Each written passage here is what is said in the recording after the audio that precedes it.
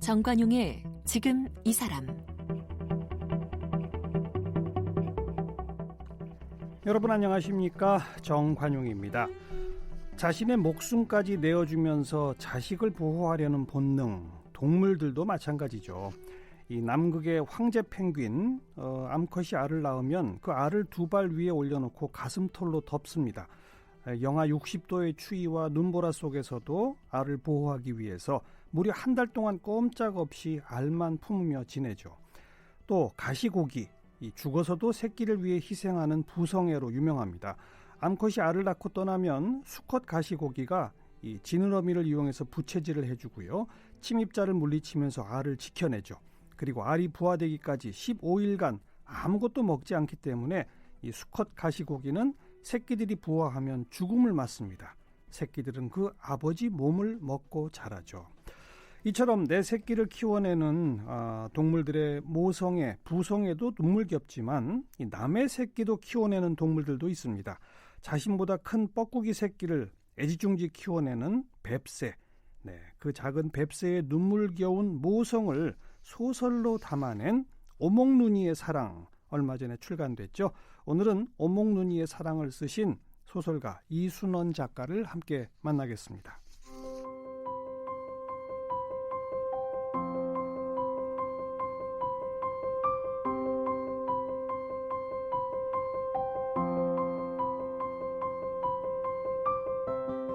이순원 씨는 1985년 강원일보 신춘문예의 단편 소가 당선되면서 등단했습니다. 이후 1988년 문학사상의 단편 낫달로 신인상을 수상하며 신예 소설가로 주목받았습니다. 1995년에는 자본주의에 물든 상류층을 비판한 작품 압구정동에는 비상구가 없다가 영화 비상구가 없다로 제작되면서 화제를 모았습니다. 1996년 수색 어머니 가슴속으로 흐르는 무늬로 동인문학상을, 1997년 은비령으로 현대문학상을, 2005년 그대 정동진의 가면으로 한무숙 문학상을 수상했습니다. 얼마 전에는 뱁새의 모성애를 그린 소설 오목눈이의 사랑을 출간했습니다. 자연과 고향, 가족과 친구, 이웃을 소재로 소설을 쓰는 이순원 씨는 한국적 서정을 솜씨 있게 묘사하는 작가입니다. 네, 2년 만에 신작 오목눈이의 사랑을 펴내신 소설가 이순원 작가 나오셨습니다. 어서 오십시오. 네, 안녕하세요. 이순원입니다. 네, 오목눈이가 순우리말이죠. 네, 우리 이렇게 눈이 오목한 셀에서 오목눈이고, 네, 우리 흔히 부를 때 뱁새라고, 뱁새. 네, 우리가 눈을 좀 흘기면 뱁새 눈이라고 부르는 게 이 오목눈이의 눈이 오목해서 그래서 네. 뱁새라고 부르는 거고, 또 작은 새가 또 황새를 따라다 가다리가 찢어진다 하는 말처럼 또 분수를 모르는 새의 대명사처럼 불리기도 하고 좀 천세에서 부르는 이름이 뱁새고 원래 이름은 붉은머리 오목눈이입니다. 붉은머리 오목눈이. 네. 뻐꾸기는 꼭 이 오목눈이 둥지에만 알을 낳습니까? 꼭은 아닙니다. 저 찌빡이라든가 비슷한 새들이 있지만, 그렇죠. 그 뻐꾸기 알들 가운데 거의 90% 이상은 오목눈이 둥지에 그래요? 알을 낳습니다. 그렇게 90% 이상 오목눈이 둥지에다가 낳는 이유는 뭡니까? 둘 다 그 바다 색깔이에요. 색깔이 똑같습니다. 크기, 모양도 똑같은데 크기가 다르죠. 아래 이 색깔과 모양이 같다. 네, 근데 크기가 다른데 사람 눈으로는 금방 구분이 가지만 그 오목눈이가 3개쯤 알을 낳으면 뻐꾸기가 날아와서 자기 알을 하나 낳고 오목눈이 알을 하나 집어가요. 예. 이렇게 개수를 맞추는데 오목눈이가 보기에는 그것이 더 커서 금방 알 수가 있을 것 같은데도 몰라요. 우리가 더 큰 자식을 좋아하고 나도 이렇게 크게 낳을 수 있어 이렇게 자기 욕망에 속는 것 같아요. 그러니까 뻐꾸기는 그걸 아는군요. 네, 서로 오목눈이는 잘 속는다 이걸. 서로 속고 속이는 거죠. 네. 그런데 보통 이 뻐꾸기 그런 걸 탕란한다고 그러잖아요. 네. 저희도 뭐 자연 다큐멘터리를 통해서 많이 봤는데 네. 아주 못된 새잖아요, 뻐꾸기가. 그렇죠. 그 하루 먼저 부화돼서 나와서 아직 부화되지 않은 그 온목눈이 알을 등에 떠밀어서 네. 둥지 바깥으로 밀어뜨리고 예. 또 나중에 부화되더라도 새끼를 그렇게 떠밀어서 그 둥지 바깥으로 밀어내는데 그걸 어미새가 지켜보고도 또 마법에 걸린 듯 가만히 있어요. 그러니까요. 그러니까 그건 큰 자식에 대한 욕망이 이 온목눈이 안에 있지 않은가. 사실은 자기 새끼도 아니잖아요. 그렇죠. 자기 자식도 아니잖아요. 네. 그런데도 그 큰 새끼에 대해서 이 작은 온목눈이가 어떤 욕망을 가지고 있는 건 아닌가. 예, 그때부터 다시 또 한 달 이상 가까이 그 벌레를 잡아서 먹이는데 예. 온목눈이 새끼를 키울 때에는 그 작은 새니까 그렇게 많은 벌레를 안 잡아도 되지만 그렇죠. 뻐꾸기를 키울 때는 그 암수 온목눈이가 거의 죽자사자. 그래요. 네, 그래야죠. 그 하지 같으면 얼마나 깁니까? 새벽부터 해질 때까지 그렇게 먹여도 예. 계속 먹이를 달라고 하고 그러죠. 예. 자연 다큐멘터리 보신 분들이 많을 테니까 네, 아마 네. 지금 눈앞에 선하게 펼쳐질 텐데 네, 그 새끼가 점점 자기 그 애미보다도 그 몸이 훨씬 커지잖아요. 네. 그런데 입을 짝짝 벌리고 자꾸 벌레 달라고 하면 네. 자기보다 훨씬 큰 그 뻐꾸기 새끼한테 계속 물어다 주는 그 네, 장면 네. 다 봤거든요. 네, 어떨 때로는 그 온목눈의 머리가 뻐꾸기의 입속으로 들어가서 맞아요. 뻐꾸기의 그 침이 온목눈이 머리를 촉촉이 적시고 나올 때도 있을 정도로 예. 아주 식성도 좋고 예. 그렇습니다. 그러니까 우선 어미 뻐꾸기는 이 오목눈이 알을 하나 없애버리니까 네네. 남의 자식을 죽이는 거고 네. 태어난 새끼 뻐꾸기는 역시 남의 자식인 네, 그렇죠. 오목눈이 알들을 다 네. 내지는 부화한 새끼를 떨어뜨려서 죽여버리잖아요. 네. 살인자들 아닙니까? 네, 그렇죠. 그 철새들은 제비도 그렇고 쑥독새도 그렇고 새들은 와서 철새들은 와서 자기가 둥지를 짓고 또 둥지를 안 짓는다 하더라도 알을 한 서너 개 정도 낳아서 자기가 부화를 시키죠. 예. 그런데 뻐꾸기는 남의 둥지에서 알을 낳기 때문에 알을 굉장히 많이 낳아요. 그 15개에서 20개의 알을 이 새가 나를 키워줄지 안 키워줄지 모르는 상태에서 예. 그 오목눈이 둥지와 찌빠기 둥지를 찾아다니면서 그러니까 일부러 더 많이 낳는 거죠. 근데 왜 그래요? 뻐꾸기만? 뻐꾸기는 자기 둥지를 만들어서 자기가 만들 줄 부화시키면 모르고 안 또 돼요? 품을 줄도 모르는데 오리 알을 닭이 품잖아요. 예. 네, 그런 식으로 이 그 뻐꾸기는 둥지도 만들 줄 모르고 또 부화시킬 줄도 모르고 오직 남의 둥지 낳는데 그게 보면 아프리카에서부터 날아옵니다. 뻐꾸기가? 네, 아프리카에서 와요? 예전에는 그냥 강남에서 오지 않을까, 남쪽에서 오지 않을까 이렇게 여겼는데 예. 날아오는 길이 무려 14,000km의 아프리카에서부터 날아와서 그래요? 네, 그렇게 날아와서 거기 날아온 다음에 다시 둥지를 만들고 한 달간 그 부화와 또 육추하는 과정을 새끼를 기르는 과정에 한 달 반 동안 그렇게 소진하면 네. 다시 아프리카로 날아갈 만큼 몸이 되지 않는 거예요. 가시고기처럼 예. 죽어버리게 되는 거예요. 예, 그래서 예. 그 알은 남의 손에 키우고 나중에 그렇게 자란 새끼를 신호를 보내서 다시 아프리카로 또 14,000km 날아가는 그 여정도 사실 보면 만만치 않습니다. 그렇군요. 네. 14,000km를 날아와서 새끼를 부화시켜서 그 새끼 먹이까지 자기가 다 물어다 주면 네. 다시 아프리카를 못 간다. 네, 네. 이런 섭리가 또 있었군요. 네, 그 14,000km 중에서는 인도 서안에서부터 아프리카까지 거기는 뭐 육지가 아니죠. 바다 인도양을 그렇죠. 3,000km가 되는 인도양을 예. 쉬지 않고 날아가야 되는데 예, 네, 그렇게 하자 해도 네. 스스로 와서 새끼를 낳고 남의 다른 새가 내 새끼를 키우는 동안 다시 새끼를 데리고 날아가는 그동안의 몸을 만드는 준비를 또 해야 됩니다. 네. 네. 자연의 섭리라는 게 참 무섭죠. 오묘합니다. 네. 그런데 보통 그래서 사람들이 다 아주 못되고 나쁜 새로 여기는 그 뻐꾸기에 네. 이순원 작가는 왜 거기에 주목하셨어요? 네.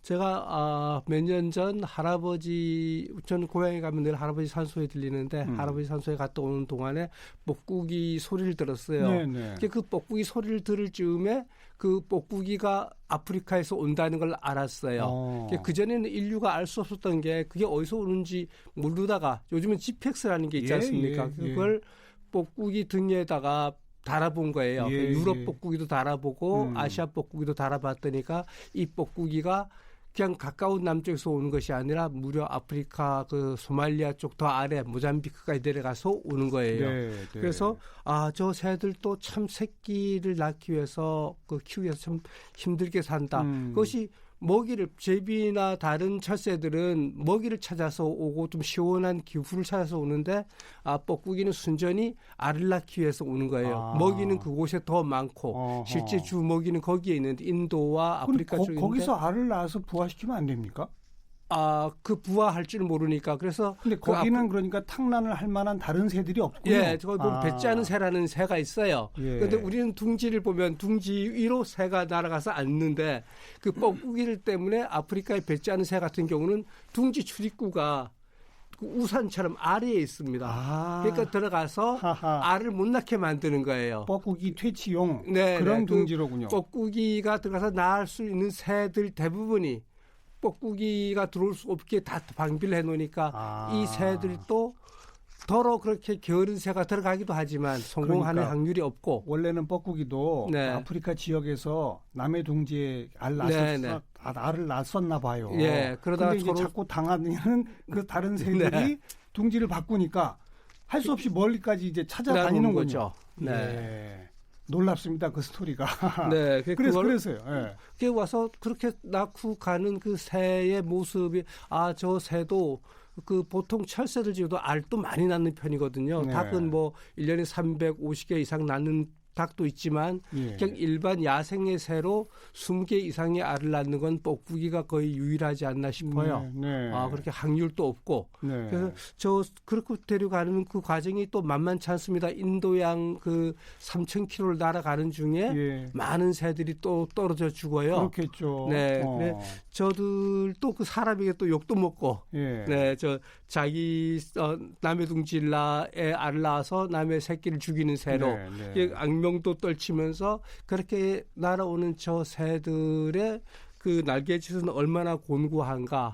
그리고 그렇게 공부를 많이 하셨네. 네, 그렇게 키운 대해서. 오목눈이는 그러면 그 오목눈이는 그냥 그런 뻐꾸기가 괘씸하기만 할까?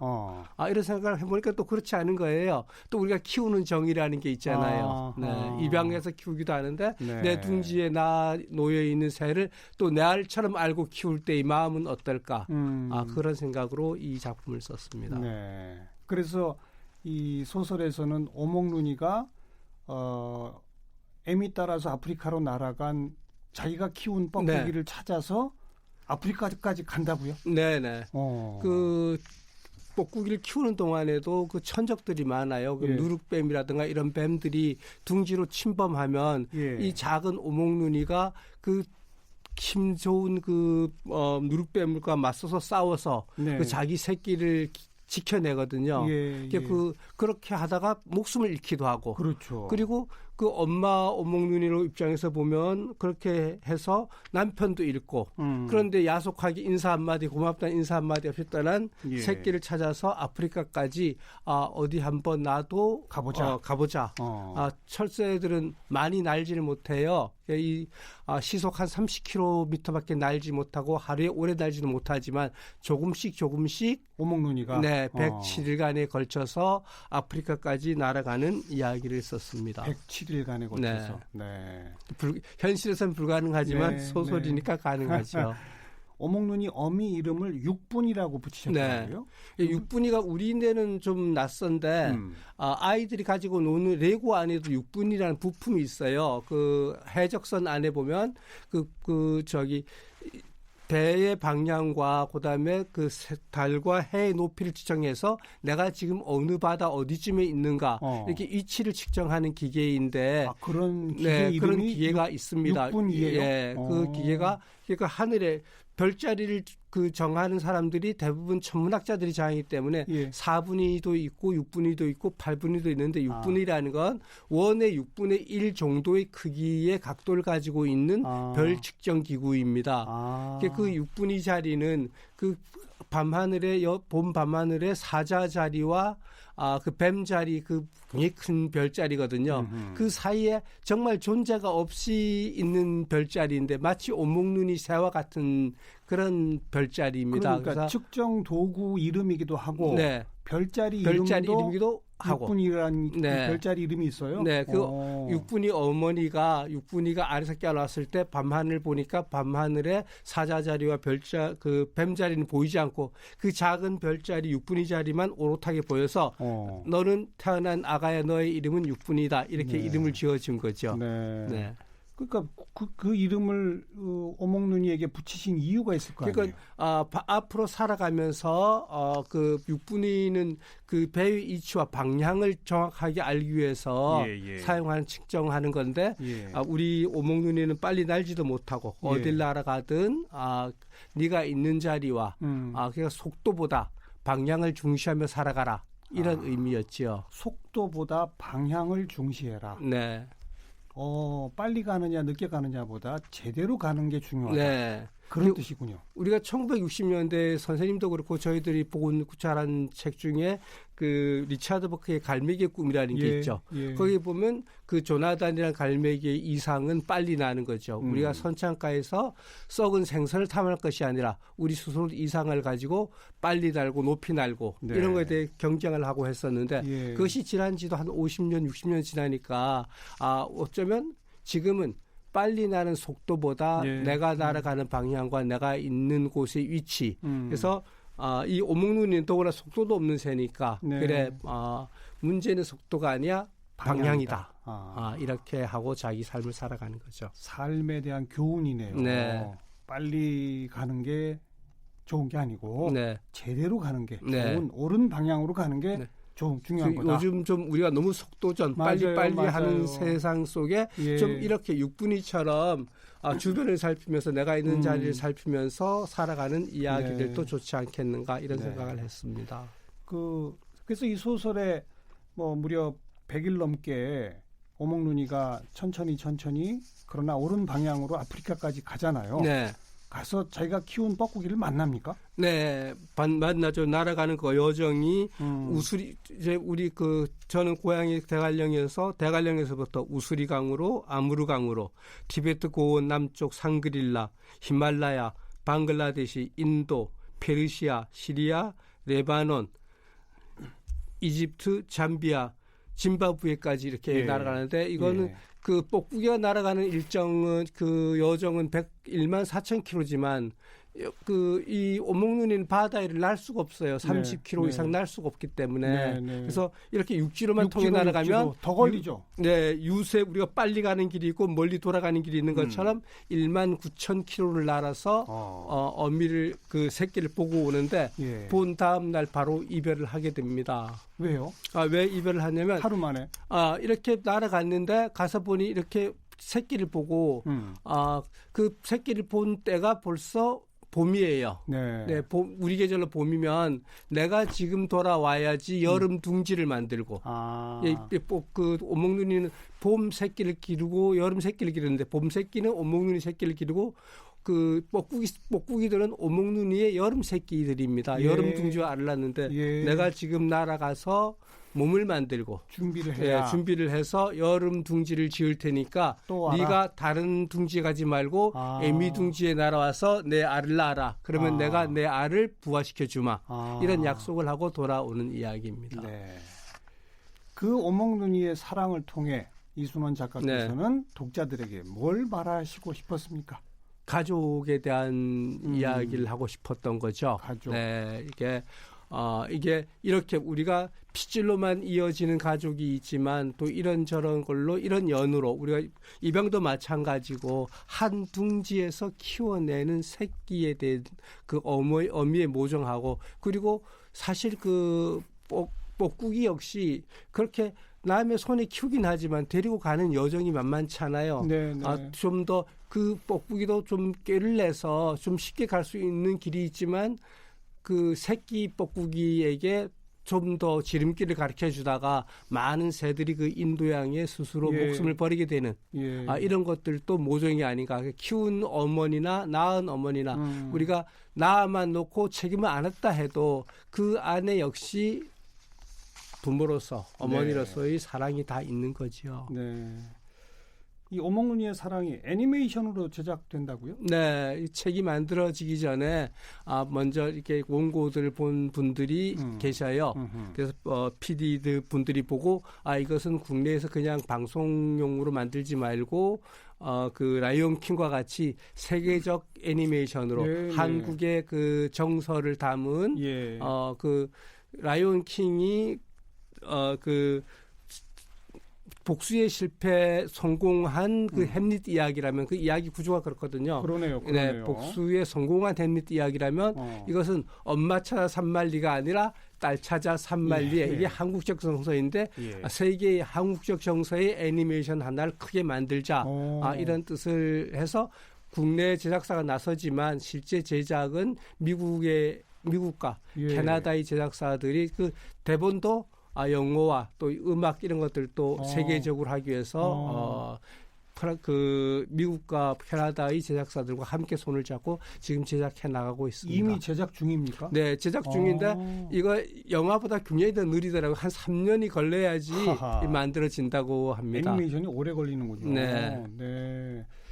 마당을 낳은 암탉이라고 하는 네, 대단한 국내 애니메이션이 동화죠. 있었지 않습니까? 동화에 기초한. 근데 이번에 어몽룬이의 사랑은 그걸 넘어서 세계 시장을 겨냥한. 네, 그렇게 한번 해보자 하고 의기투합해서 하고 있습니다. 네, 기대되네요. 언제쯤 완성이 될까요? 한 3년 걸리면 앞으로도 3년? 네, 앞으로 3년 걸리면 지금 캐릭터 작업을 하는데도 시간이 많이 걸리고 지금 캐릭터 작업하고 그다음에 대본 작업들 그 부탁을 하고 이런 단계에 있습니다. 우리 이순원 작가는 어몽룬이 사랑 말고도 그 어머니, 아버지, 할아버지, 친척 이야기 등을 쓴 소설들이 많으세요. 네, 제가 강원도 강릉 육아에서 태어났는데 그냥 보통 육아가 아니라 조선시대의 향약을 지금도 실천하고 있는 그러니까 430년 된 향약이 지금 유지되고 있고 그래 그것을 바탕으로 마을의 대동교가 이루어지고 우리나라에서는 유일하게 촌장님을 모시는 마을이고 설날과 추석 때면 저도 지금은 이런 복장이지만 설날에 가면 가 쓰고 돕고 있고 이렇게 그 집안 어른들에도 다니고 사당에도 가서 참례하고 이런 정통 육아의 자손으로 다른 사람들보다 가족이라든가 이웃과 문중 이런 개념에 대해서 좀 더 깊이 생각하는 부분이 있습니다. 그러다 보니 작품에도 그런 가족에 대한 이야기들이 많이 들어가는군요. 우리가 자꾸 시족주의를 하면 그것을 그 시족의 이기주의를 얘기하는데 실제 그것은 그 안에 가지고 있는 아름다운 인본주의, 그 박애주의가 박혀 있다 이런 이야기를 작품을 통해서 할아버지 얘기를 통해서 또 마을 사람들의 이야기, 어머니 아버지 이야기를 통해서 우리가 잊혀져가는 다시 되살릴 수는 없지만 그래도 우리가 소중하게 기억해야 할 아름다운 우리 모습들에 대해 기록하는 작가가 되고 있습니다. 이순원 작가에게 가족이란 어떤 의미입니까? 가족은 이게 우리가 한솥밥을 먹는다고 그러지 않습니까? 한 집에서 크고 하지만 그것은 좋을 때만이 아니라 가족은 힘들 때도 서로 힘을 내게 하고 격려하고 그래서 저희는 어릴 때 아버지가 그 가훈과 같은 건데 출필곡 반필면 그 어른들에게 꼭 그 자식들이 나갈 때는 인사하고 나가고 출필곡 반필면 들어오면은 얼굴을 보여라. 나갈 때는 고하고 나가서 엉뚱한 짓을 하면 들어올 때 저 뒷문으로 들어오고 얼굴을 보이지 못하는 거예요. 그렇죠. 네, 그것이 그냥 보고 정신이 아니라 그것이 내가 한 사람이 아니라 내가 살고 있는 그 가족이라는 공동체가 얼마나 큰 우주와 같은 건가 이런 걸 같이 생각하는 거죠. 그러니까 가족에게 얼굴을 당당히 내밀 수 있을 만큼 밖에 나가서도 당당하게 살아라. 그런 뜻입니다. 그런 정신이 거기 들어있군요. 가족 작품들을 상당히 많이 쓰셨습니다만은 아들과 함께 걷는 길도 대관령 꼭대기에서 우리 아들이 초등학교 5학년 때 대관령 그 할아버지 집까지 걸어가는 이야기인데 그 이야기도 한 20년 나온 지 20년 되는데 15년 넘게 교과서에 지금 실려 있고 우리나라에서는 유일하게 초등학교, 중학교, 고등학교 교과서에 동시에 실려 있기도 했고 이렇습니다. 작품이 교과서에 실려서 학생들이 그걸 다 본다. 작가로서 참 뿌듯하시겠어요. 뿌듯한 것도 있고 좀 이렇게 조심스러운 부분들이 많아요. 그 예전에는 우리가 공부할 때는 그 원로 작가들과 돌아가신 선생님들의 작품이 교과서에 거의 실렸는데 예. 요즘 교과서에는 제가 40살이 되었을 때부터 41~2살이 되었을 네. 때부터 교과서에 실리니까 예. 우리 아이가 배우는 거예요. 맞아요. 네, 그러니까 그 국어 선생님이 그 아이들이 이 작가를 알아봅시다. 그러니까 이상빈 아버지예요. 그러니까 아이들이 그러니까 선생님이 너 아버지 할아버지니 돌아가셨니 이렇게 물을 만큼 옛날엔 그 돌아가신 분들 나이 드신 분들이었는데 지금 젊은 작가들 작품이 많이 실리고 또 이런 것은 아이들 내 글로 아이들이 공부를 하는 것에 대해서 어떤 책임감이라든가 행동 아이들의 어떤 그런 게 중요하지요. 네. 저 교과서에 실린 사람이 저런 짓 한다 이렇게 하면 안 되는 부분들이 많아서 네. 그런 부분들을 많이 조심하고 삽니다. 그 자녀분은 아주 어깨가 으쓱으쓱했겠어요. 그러면서 한편으로는 많이 좀 조심스럽고 자녀들 교육도 딱 되는군요. 네, 우리 아빠가 쓴 글이 내 책에 교과서에 실려 있고 친구들도 다 이걸로 공부하니 나도 반드시 살아야 되겠다 이런 거군요. 큰애가 나이가 36인데 지금도 별명이 책에 나오는 아이예요. 그래서 그런 것이 주는 그 어떤 규범 이런 부분이 있죠. 네. 앞으로 작품 계획은요? 지금 저는 지금까지는 자연주의적인 작품을 쓰고 인본주의 작품을 썼는데 이번 지금 이미 작업이 들어가 있는데 멋진 추리소설 한 편을 쓰려고 해요. 예전에 추리소설을 한 편 쓰긴 했었거든요. 압구정동에 비상구가 없다라는 그것은 그때 천민자본주의를 경계하는 소설로서 추리소설을 썼는데 그게 영화로 만들어졌어요. 네네. 지금 이번 쓰는 추리소설은 우리 추리소설은 살인도 들어가고 하지만 좀 서정성을 담는 제가 대한민국의 대표적 서정성을 지닌 작가라고 사람들이 얘기하는데 그렇다면 추리소설에도 어떤 서정성을 담아서 그 자체로 또한 어떤 장르를 개척할 수는 없을까? 알겠습니다. 이런 생각을 하고 있습니다. 기대됩니다. 네. 오늘은 오목눈이의 사랑 작가 소설가 이순원 작가와 함께했습니다. 고맙습니다. 네, 감사합니다.